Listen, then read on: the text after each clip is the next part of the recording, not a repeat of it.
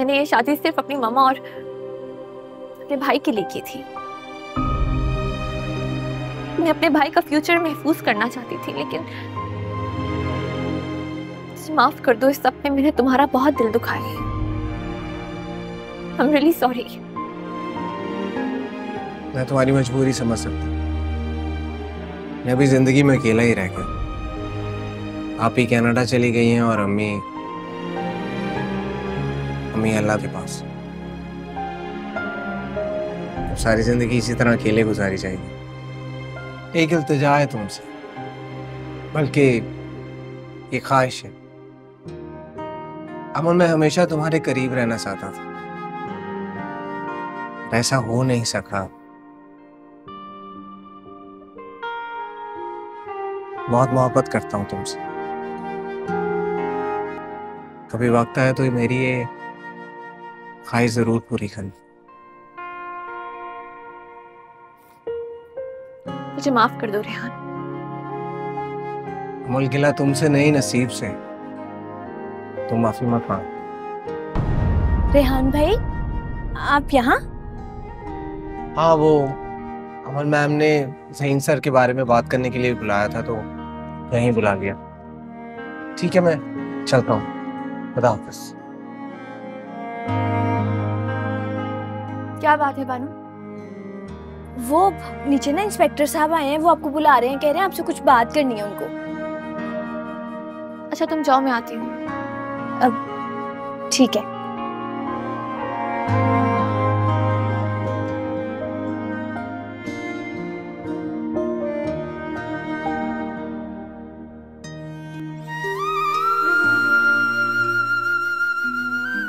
मैं जानती हूँ तुम्हें खुदगर्ज रिश्तों ने बहुत आजमाया है। मुझे तुम्हारे दर्द का एहसास है मेरी बच्ची। मेरी दुआएं हमेशा तुम्हारे साथ है। अल्लाह तुम्हें हर मुश्किल में कामयाब करे।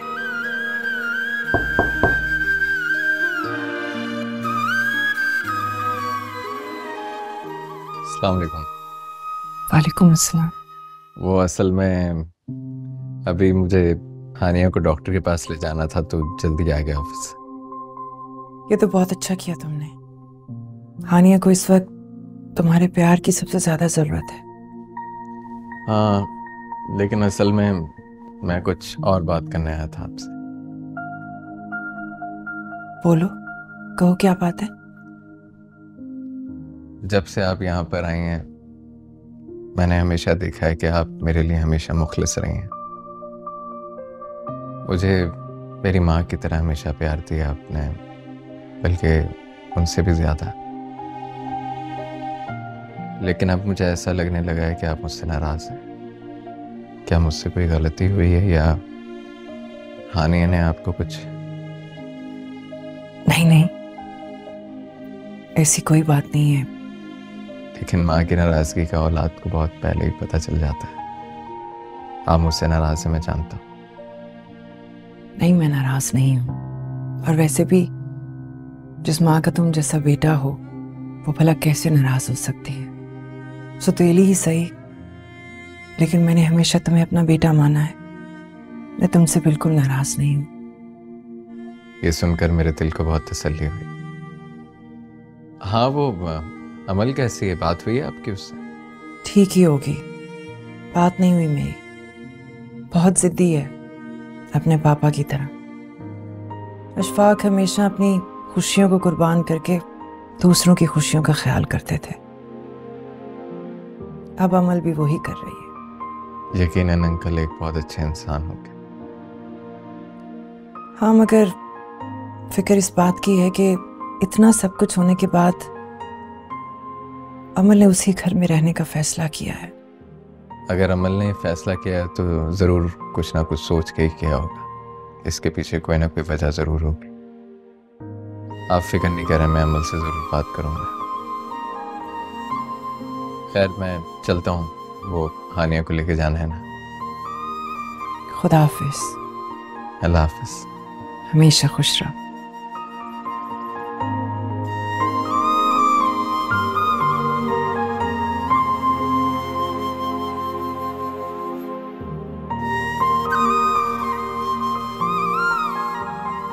चलें? वैसे मैं कब से वेट कर रही हूँ तुम्हारा। तुम सोनिया आंटी के कमरे में क्या कर रहे थे? अरे बात कर रहा था उनसे। अरे क्या बात कर रहे थे इतना इम्पोर्टेंट? माँ की दुआएं ले रहा था। अब चलें?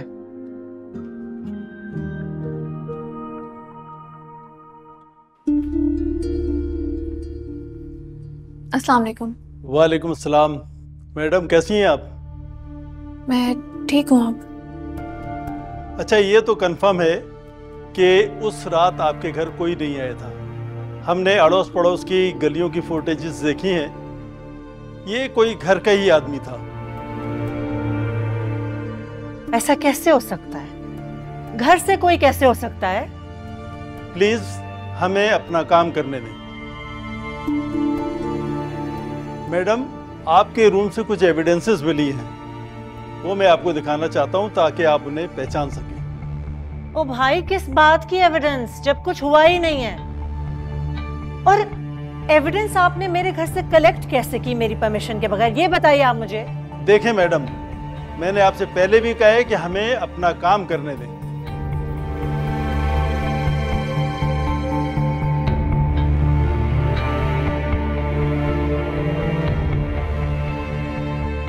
मैडम, आप ये कैप पहचानती हैं? ये किसकी है? क्या ये ज़हीन की टोपी है? ज़हीन की क्यों होगी? मैं यकीन से नहीं कह सकती। ज़हीन इस तरह की कैप नहीं यूज करता है। नहीं करता होगा, लेकिन मैंने ऐसी ही कैप महा के पास देखी थी। बहुत नॉनसेंस। इस तरह की कैप तो किसी के पास भी हो सकती है, ये तो बहुत आम सी कैप है। लेकिन मैंने सेम इसी कलर की कैप इस घर में देखी थी। वो झूठ बोल रही है ये। ठीक है, बोलो, जितना झूठ बोलना है तुम बोलो, लेकिन तुम मेरे ज़हीन का कुछ भी नहीं बिगाड़ सकती हो, क्योंकि मैं तुम्हें तुम्हारे मकसद में कामयाब नहीं होने दूंगी। मैडम प्लीज अभी आप कुछ मत बोले। ये सारे सवालात आपके साथ कोर्ट में भी होंगे, इसलिए सबके लिए बेहतर होगा जो बात है सच सच बताई जाए। सच तो ये है कि ये औरत मेरे बेटे को फंसाना चाहती है किसी भी केस में। ठीक है, जिसने हमला किया था उसके उंगलियों के तो निशान होंगे ना चाकू पर, दिखाइए। हमें तो इस चाकू पर किसी की उंगलियों के निशान नहीं मिले। फिर आपने मेरे बेटे को गिरफ्तार कैसे किया है? FIR और वारंट की बिना पर हम तो किसी को भी गिरफ्तार कर सकते हैं। मैडम, आप ये बताइए कि आप इस नाइफ को पहचानती हैं? नहीं, मैं नहीं जानती। मैंने पहले कभी नहीं देखा। मुझे नहीं मालूम कि इस घर से लिया गया है या फिर कहीं बाहर से लाया गया है। देखिए इंस्पेक्टर साहब, अभी इसकी ज़हनी हालत बिल्कुल ठीक नहीं है। ये अभी जवाब नहीं दे सकती आपको ठीक से। प्लीज आप अंदर चली जाएं, वरना आप सबको मेरे साथ पुलिस स्टेशन जाना होगा।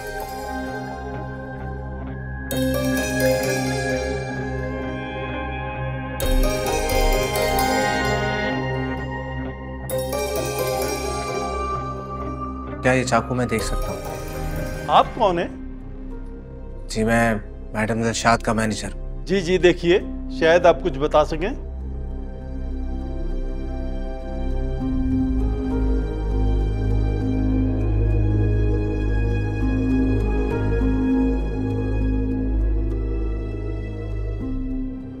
मुझे पता है ये कहाँ से आया। अच्छा, तो बताओ किसका है ये चाकू? ये सर ज़हीन और मिस महा के ऑफिस में एक एंटीक सेट है, उसका हिस्सा है। ओह, अगर ये ज़हीन के ऑफिस से निकाला गया है तो इसका मतलब मुझ पर हमला करने वाला कोई और नहीं बल्कि ज़हीन ही है। हमें दिलशाद बेगम के ऑफिस जाना होगा। रेहान, आपको हमारे साथ चलना होगा। आइए।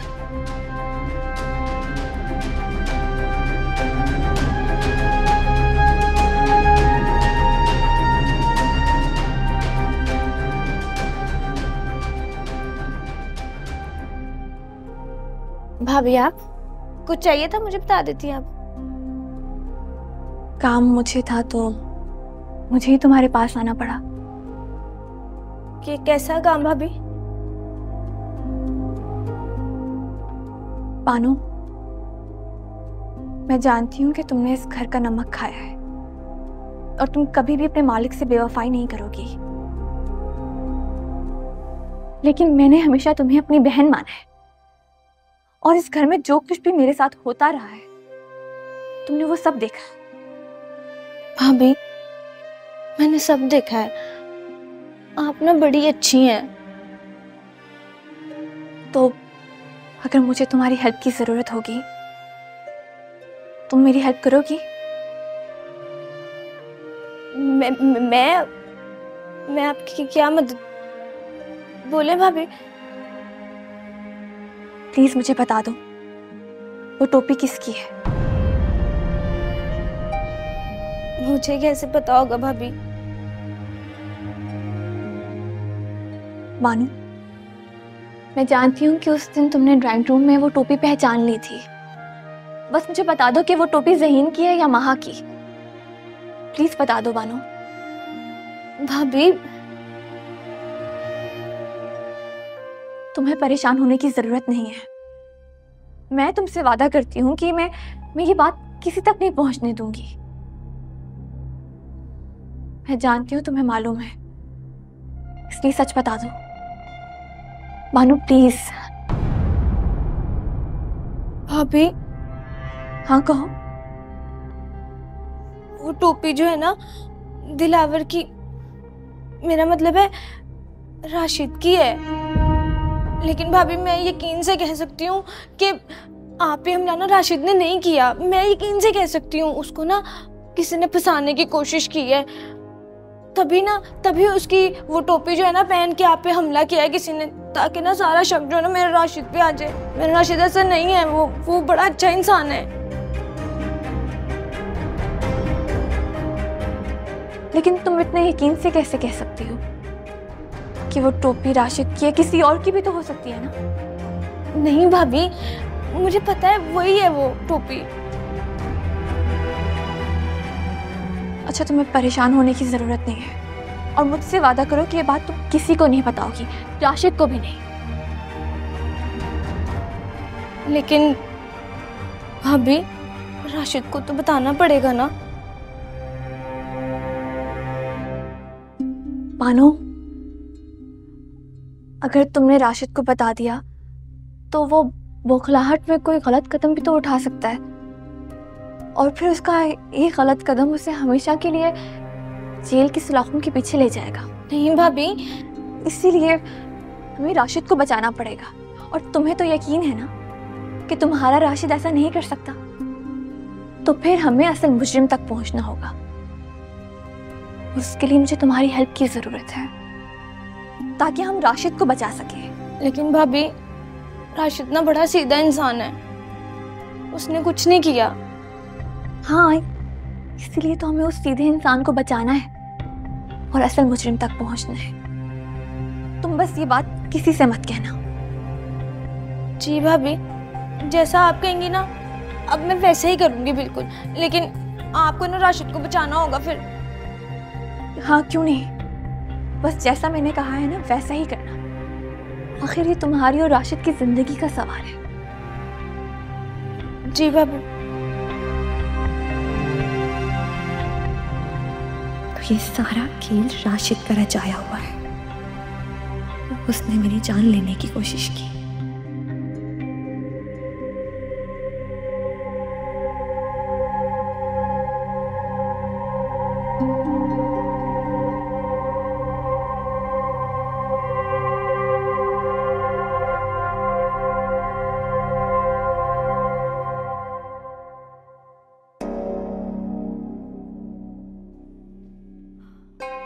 सुकून मिल गया तुम्हें?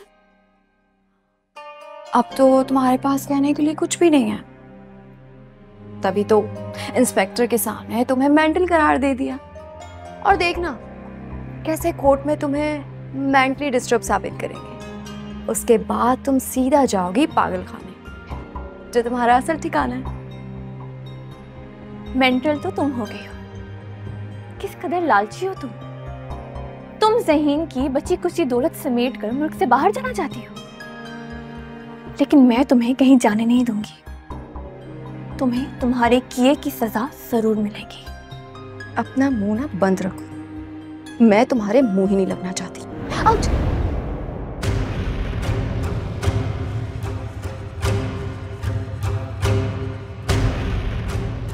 मुंह तो मैं तुम्हारे भी नहीं लगना चाहती, क्योंकि मेरे मयार का तकाजा ये है कि मेरा दुश्मन भी खानदानी हो।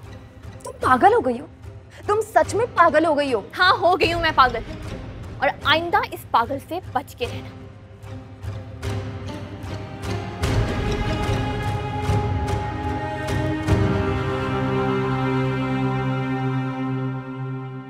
Mom please do something. और कितना इंतजार करूं मैं? कितना टाइम लगेगा? ये बात तो तुम्हें तब सोचनी चाहिए थी ना, जब उस 2 टके की लड़की पे हमला करवाया था तुमने। अब बैठे रहो आराम से अंदर। मुझे तो कुछ समझ में नहीं आ रहा है। जितना मैं इस गुत्थी को सुलझाने की कोशिश करती हूँ, सब कुछ जैसे उलझता जा रहा है। मॉम आप क्या बात कर रही है? मुझे कुछ समझ नहीं आ रहा। Do you know कि पुलिस को वो चाकू मिल गया है जिससे हमला किया गया था? चाकू? किस चाकू की बात कर रही हैं आप? मैंने कोई हमला नहीं किया उस पर। महा ने जो लड़का उसके कमरे में भेजा था वो वहां तक पहुंचा ही नहीं। झूठ बोल रहे हो तुम। Do you remember that antique knife set जो महा तुम्हारे लिए इटली से लेकर आई थी? उन्हीं में से एक चाकू था जिससे हमला किया गया था। तो हमलावर के पास कैसे आया वो चाकू? या तो तुमने दिया होगा या फिर महा ने। I swear मॉम, मुझे नहीं पता। मुझे आपकी कसम। I can't believe it कि तुम मेरी औलाद हो और इतना stupid प्लान बना सकते हो। So disappointed in you.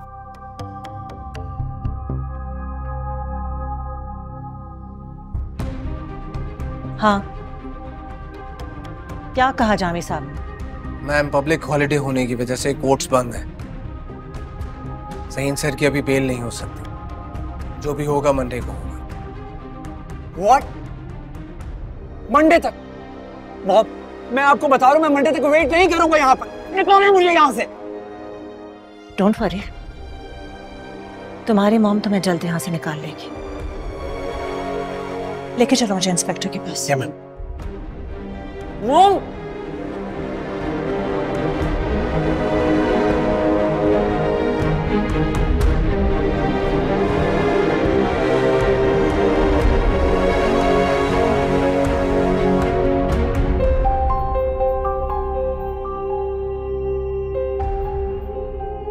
Rehan, please phone उठाओ, प्लीज।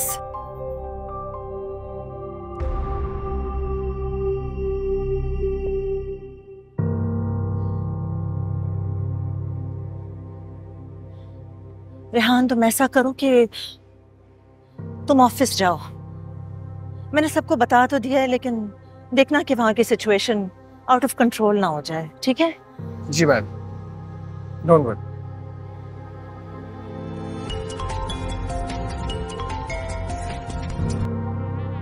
अमल, तुम ठीक तो हो ना?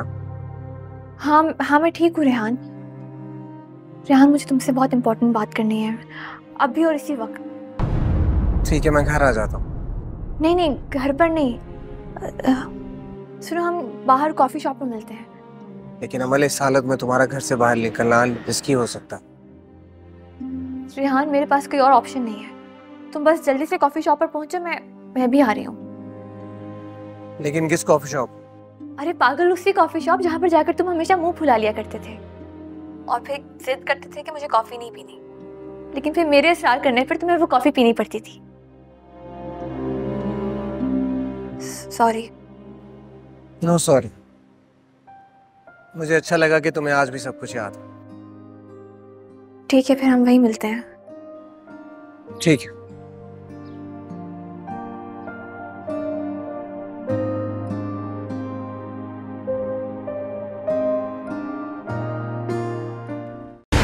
शौहर के दिल में वही औरत जगह करती है जो उसके घर को अपना घर समझे, अपने शौहर के साथ वफादारी करे। ऐसी तो शौहर जान नहीं छिड़कते। सब क्या है भाई? भाई वो लड़की ठीक नहीं है। बेहतर यही होगा कि तुम मेरे जाती मामलात से खुद को दूर रखो।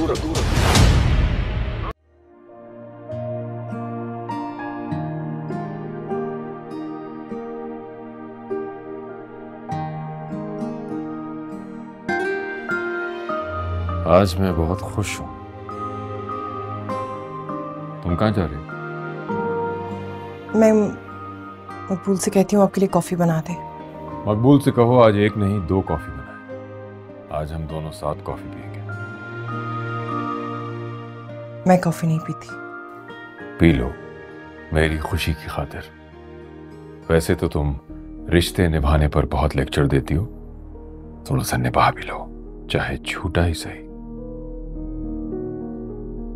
पूछोगी नहीं आज मैं इतना खुश क्यों? आप खुद ही बता दें। आज मिस्टर तारिक की डील हमें मिल गई है, जो दिलशाद लेना चाहती थी और हासिल ना कर सकी। फाइनली दिलशाद की शिकस्त हो गई है। हाँ,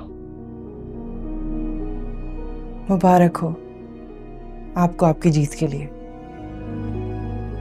थैंक्स।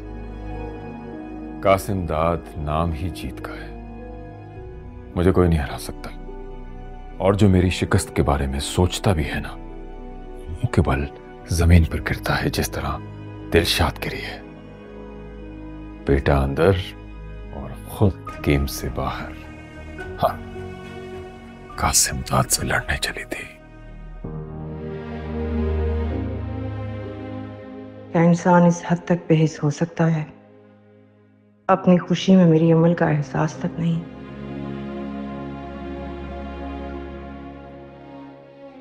क्या सोच रही हो?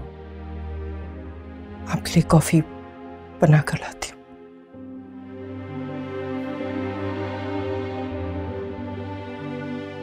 मुझे डील की टर्म्स एंड कंडीशंस बताने की कोई जरूरत नहीं है तारिक साहब। अगर आपने प्रोजेक्ट कासिम दाद को दे ही दिया है तो अब आप देखिएगा आपके साथ क्या होगा। दुगनी कीमत तो चुकानी पड़ेगी आपको, और मार्केट में कोई भी आपको काम नहीं देगा। Mark my words. Aunty take it easy please. Easy? करोड़ों की डील हमारे हाथ से निकल गई है, सब कुछ बर्बाद हो रहा है, and you are telling me to take it easy? Aunty ये दुनिया की कोई आखिरी डील नहीं है। एक बार ज़हीन को बाहर आ जाने दें, आई प्रॉमिस में, और वो मिलकर आपका ये लॉस पूरा कर देंगे। तुम कहाँ जा रही हो? ये मैं आपको बताना जरूरी नहीं समझती, मैं बताती हूँ। ये कासिम दाद के घर जा रही है अपने सुतेले बाप का फतेह का जश्न मनाने। फिलहाल तो मैं अपने काम से जा रही हूँ। कासिम हाउस जाने का मुझे कोई शौक नहीं है, लेकिन अगर आप लोग चाहें तो मैं आपके साथ बैठकर यहाँ पर आपकी शिकस्त का मातम जरूर मना सकती हूँ, वो भी आतिशबाजी के साथ, क्योंकि आग तो लगी हुई है ना? This is all your fault. आने दो ज़हीन को जेल से वापस, फिर देखो मैं तुम्हारा क्या हशर करती हूँ। आप लोगों ने जो करना है कर लीजिए, मुझे अब डर नहीं लगता। लेकिन हाँ, मेरे हशर से लेके अपने अंजाम तक का सफर जरूर याद रखिएगा। Excuse me.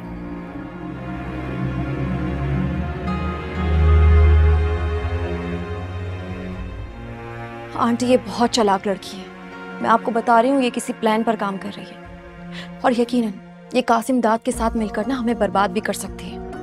आप इसे इसकी हक महर की रकम देकर इसे यहाँ से दफा क्यों नहीं कर देती?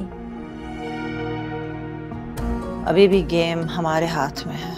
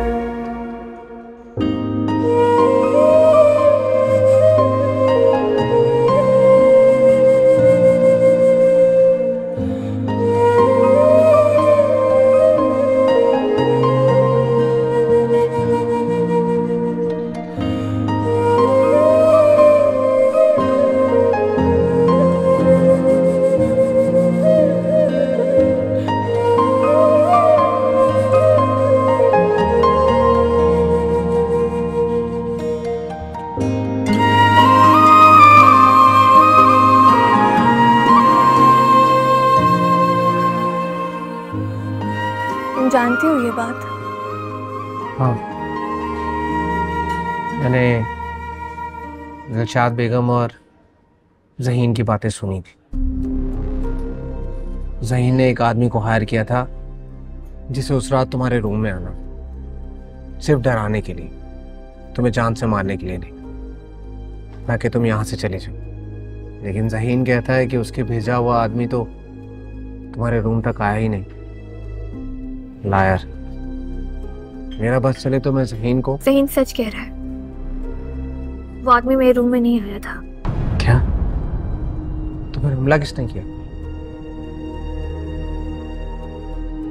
राशिद ने। रेहान जो टोपी इंस्पेक्टर को मिली थी मेरे रूम से, वो राशिद की थी। राशिद ने मुझे मारने का प्लान बनाया था और वो ये कोशिशें बहुत बार कर चुका है। हमें फौरन ये बात इंस्पेक्टर को बतानी चाहिए। लेकिन हम ज़हीन का क्या करेंगे?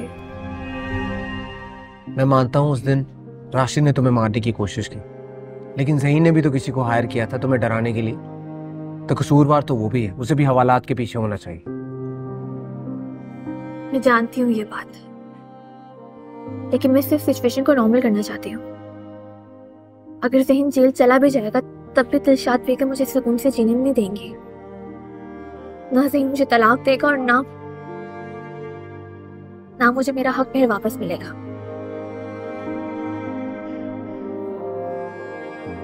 अगर वो जेल चला भी जाएगा तब भी बेल पर वापस आ जाएगा। इसलिए मैंने फैसला किया है कि मैं वो केस वापस लेती हूँ। वैसे भी उसे बेल मिल जाएगी। मैं उन लोगों से किसी किस्म की दुश्मनी नहीं पालना चाहती है। मुझे सिर्फ मेरा हक मेहर चाहिए ताकि मैं वो घर छोड़ सकूं। अमल, घर में सीसीटीवी ना होने की वजह से केस ऑलरेडी बहुत कमजोर है, और ये बात तुम अच्छी तरह जानती हो कि राशिद खुद को बचाने के लिए किसी भी हद तक जा सकता।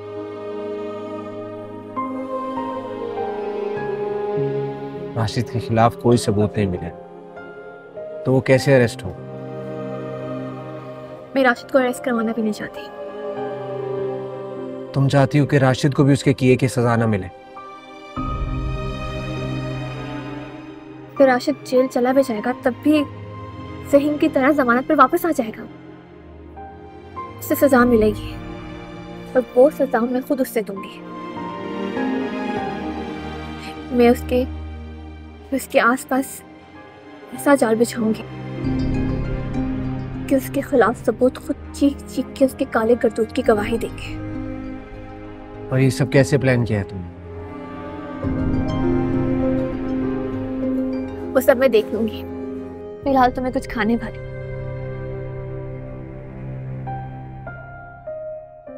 तुम देखा?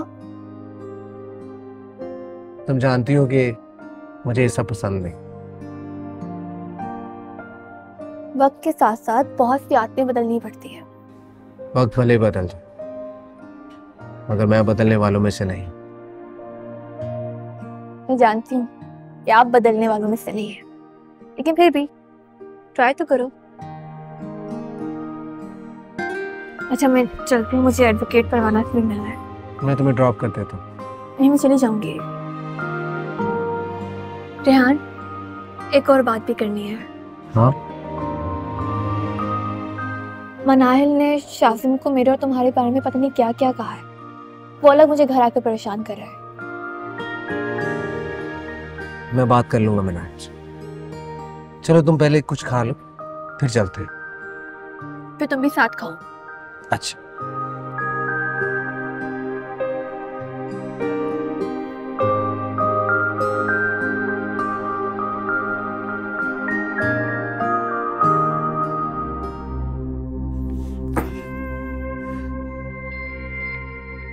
ये क्या बचपन है? बचपना तुम दिखा रहे हो बासिर। प्रॉमिस किया था ना मुझसे, आते हुए मुझे मेरी मामा के घर लेके जाओगे। क्या हुआ फिर? हाँ, क्या हुआ है फिर?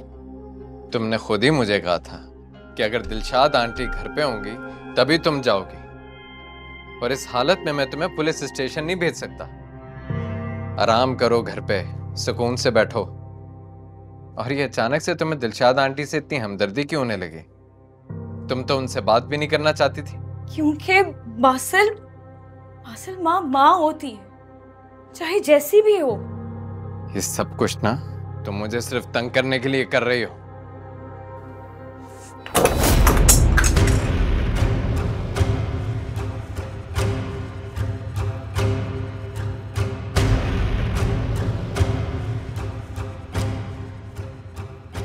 ये क्या बदतमीजी है? अपनी उस सो कॉल्ड सोनिया आंटी के लिए मुझे मेरी फैमिली से दूर कर रहे हो? What nonsense! ये हमारे बीच में सोनिया आंटी कहाँ से आ जाती हैं? वाह, Sonia aunty, Sonia aunty, Sonia aunty. मेरी फैमिली के साथ तुम्हारी सोनिया आंटी, उनकी बेटी ने क्या किया है तुम भूल गए हो बासिल? मैं नहीं भूली हूँ। अरे मेरे भाई पे झूठा इल्जाम लगा के उसको जेल भेज दिया है। पर मैं कब से बीच में ला रही हूँ उन्हें? हाँ, वो तो हमारे बीच में शुरू से ही है। मुझे हॉस्पिटल ले जाने से पहले उनके कमरे में गए थे ना, कोई बहुत इंपॉर्टेंट बात करनी थी, राइट? ये इंपॉर्टेंट बात करनी थी, डिक्टेट करके भेजा है उन्होंने, हाँ, कि मुझे मेरी फैमिली से ना मिलने दे, मेरी माँ से ना मिलने दे। बासिल, बात सुनो मेरी, मुझे किसी की डिक्टेशन की जरूरत नहीं है। वो तो अपनी बेटी की वजह से परेशान है, जरा ख्याल करो उनका। बासिल, मेरी ना एक बात याद रखना, ठीक है? मैं उन लड़कियों में से नहीं हूं जिन्हें मर्द डोमिनेट करते हैं। रिमेंबर दैट प्लीज, अपने दिमाग में रखना। बहुत अफसोस की बात है।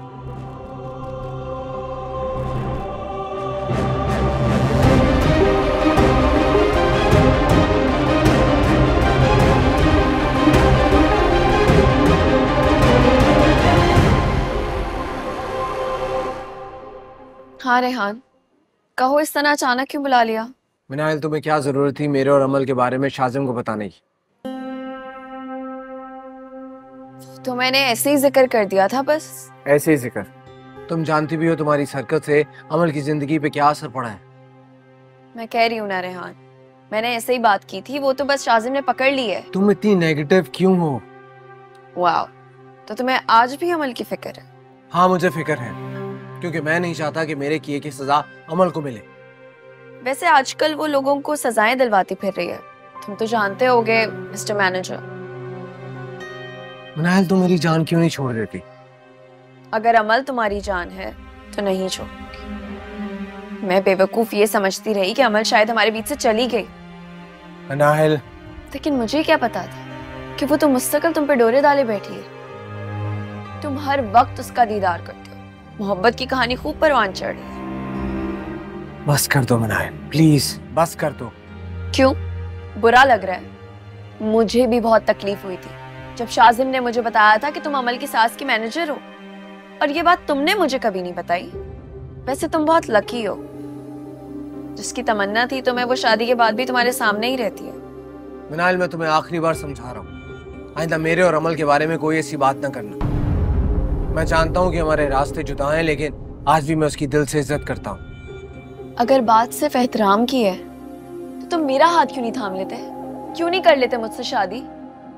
प्यार करती हूँ तुमसे। मिनाइल, जो तुम्हें मैंने कहा है ना, तुम बस उस पर अमल करो। मेरे साथ में शादी की लकीर नहीं है। जब मेरा नसीब तुम्हारे साथ जुड़ेगा तो वो लकीर भी खुद ब खुद ही बन जाएगी। जो लकीर मैं अभी खींच रहा हूँ, तुम इसके उस पार ही रहो।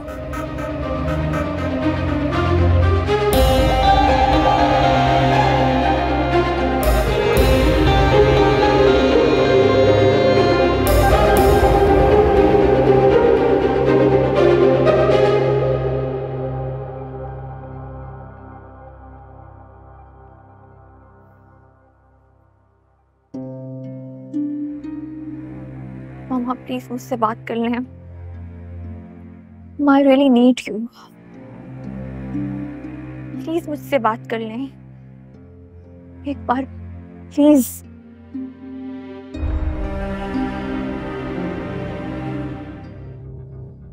अमल क्या बात है भाई, तुम तो बहुत ही पक्की निकली अपने इरादे की। टस से मस नहीं हुई, अपने ही शौहर को जेल की सलाखों के पीछे भेज दिया। वाह।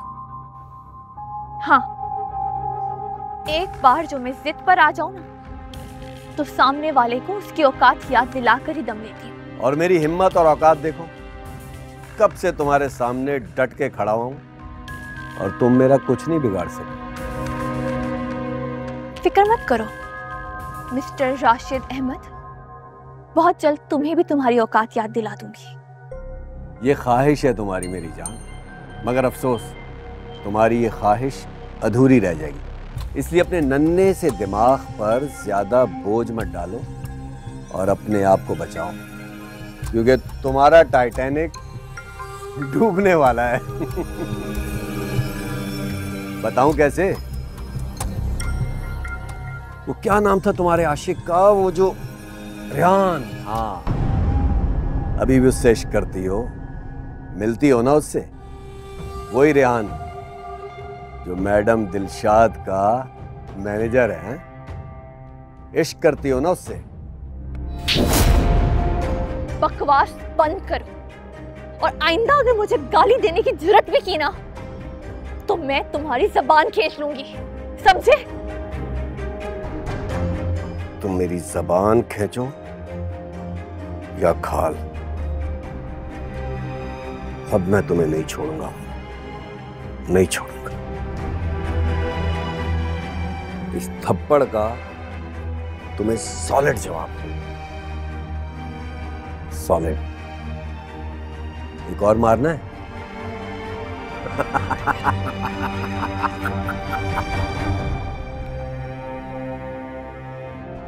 ये थप्पड़ तुम्हें बहुत महंगा पड़ेगा। अपने उस यार रेहान की खातिर तुमने मुझ पर हाथ उठाया नहीं। अब इस थप्पड़ का ऐसा सॉलिड जवाब दूंगा तुम्हें मैं अमल, कि तुम सारी जिंदगी याद रखो।